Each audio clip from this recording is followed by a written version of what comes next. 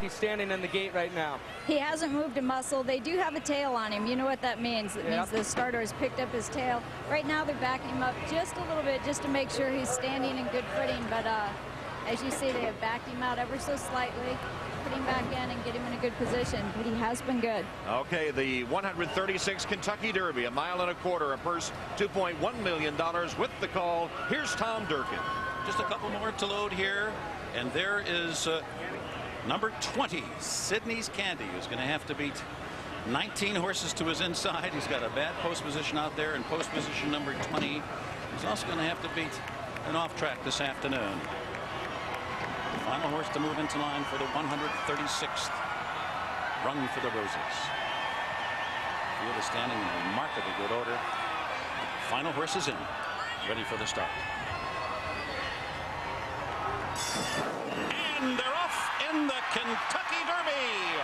American Lion SB. There goes Conveyance. He's looking for speed on the outside. Looking at Lucky. He had to step on the brakes in the early going. So it's Conveyance. Super Saver to his inside. Here comes a pumped up Sydney's Candy on the outside as they make their move headlong for that critical first turn. Conveyance leads. On the outside, Sydney's Candy is second. Lion of David is third. Mission Impossible fourth. Discreetly Mine up there close. Fifth on the outside. Super Saver, Calvin Burrell, and they are glued to the rail. Moving into the turn, they're running in sixth. Noble's Promise is now seventh and moving through between horses. American Lion is eighth on the far outside into the clubhouse turn. And then it's Jackson Ben now running in ninth. The filly, Devil May Care, is 10th and in between horses. Patio Prado is now 11th toward the rail. Back Talk is now running in 12th position.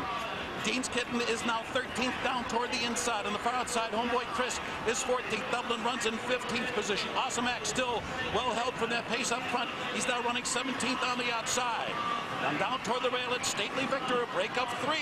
Back to Looking at Lucky. He's about 20 lengths from the lead now with 5 furlongs to go. Then Icebox and Longshot Make Music for Me. The field down the backstretch run. A grueling half mile in the watery going here of 46 seconds flat. And Conveyance leads the field into the far turn. He leads it now by a length. Sydney's Candy is on the chase, running in second. Noble's Promise. Noble's Promise rallies now through toward the inside third. Super Saver is fourth. He's still down inside, but Super Saver's now starting to move. There's the filly Devil May Care, and she's making a bold run on the far outside, moving toward the leaders. Patio Prado is trying to thread his way through now. And Dublin there on the far outside as the field turns for home. Noble's Promise has the lead. Super Saver down on that fence. Now he's in front. Super Saver, Calvin Burrell, 1 furlong from the Derby here. Noble's Promise runs in second. Patio Prado is now third. Make Music for Me. Big Longshot now fourth on the outside. And they're coming down to the finish. And it is Super Saver. A late run from Icebox. But it's Super Saver and Calvin Burrell. The unflappable Calvin Burrell riding that rail to victory once again in the Kentucky Derby. Icebox and Patio Prado. Calvin Burrell strikes again. He looked as if he had tears in his eyes when he came on the track on Super Saver and they played My Old Kentucky Home. He has such genuine emotion as we saw when he won on Street Sense and last year on Mind That Bird. He went back to the rail and he got it done again, this time on Super Saver, as the $100,000 dream bet will be cashed. And Tom, I was watching this horse down the backstretch. Calvin had him exactly where he had Mind That Bird. He was a lot more forwardly placed, but in the garden spot, right on top of the rail, the exact same as he was before. What did Todd Pletcher say to me? He said, when he rides at Churchill Downs, Calvin Burrell is a superstar, and Calvin has just given Todd Pletcher his first Derby victory. There he is.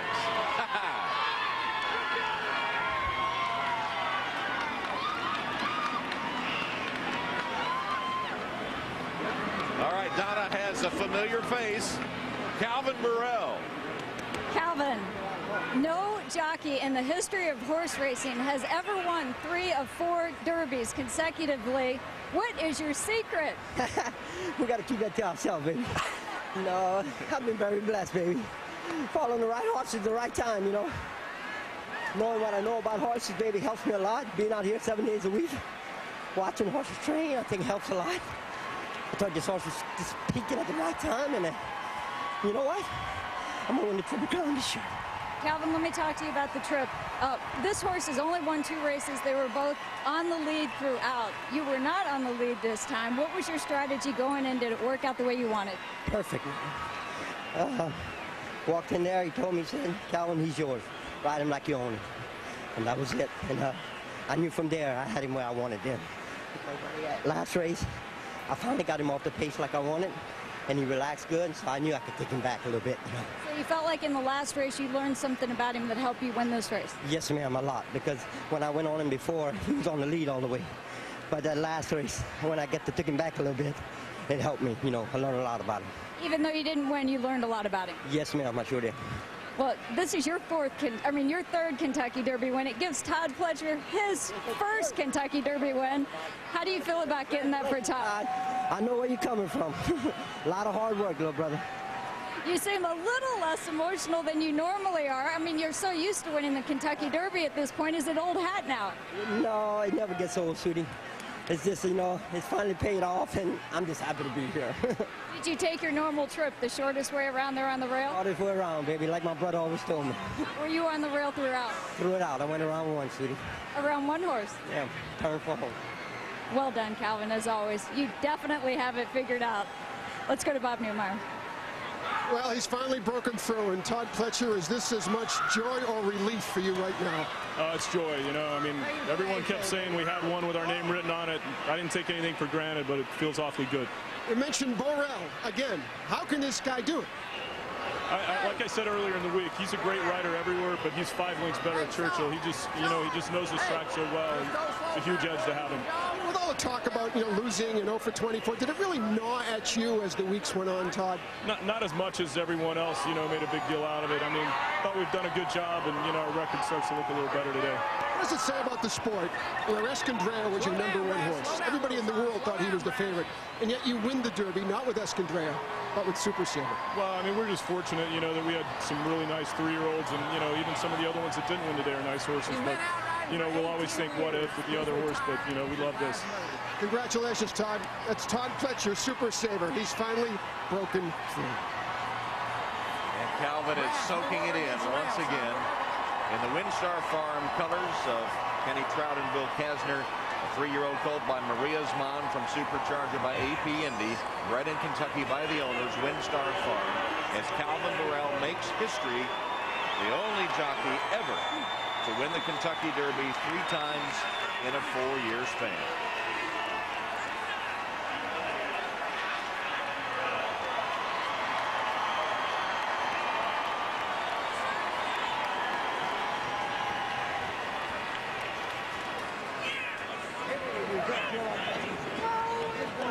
Way to go, Todd. Way to go. Way to go.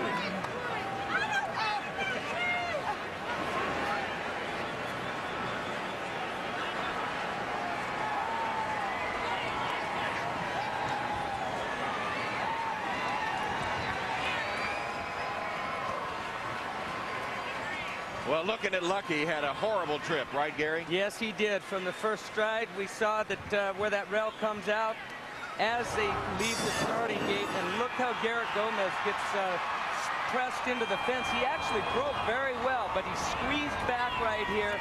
Garrett says, okay, I'll take the next best place. Well, he gets back up in here. This horse directly on his outside really squeezes him up, and from that point on, with over 1 mile and 3/16 left in the race, his race is over with. Now, Calvin Burrell, in the meantime, this is a half mile from home right now. He's already laid up against the fence, identical to where he was with Mind That Bird, and as he says, like with Mind That Bird, last year he came around 1 horse. That was it, just 1 horse back to the fence, back to where Calvin likes it best. That was the fastest place on the track here for the last 3 or 4 races.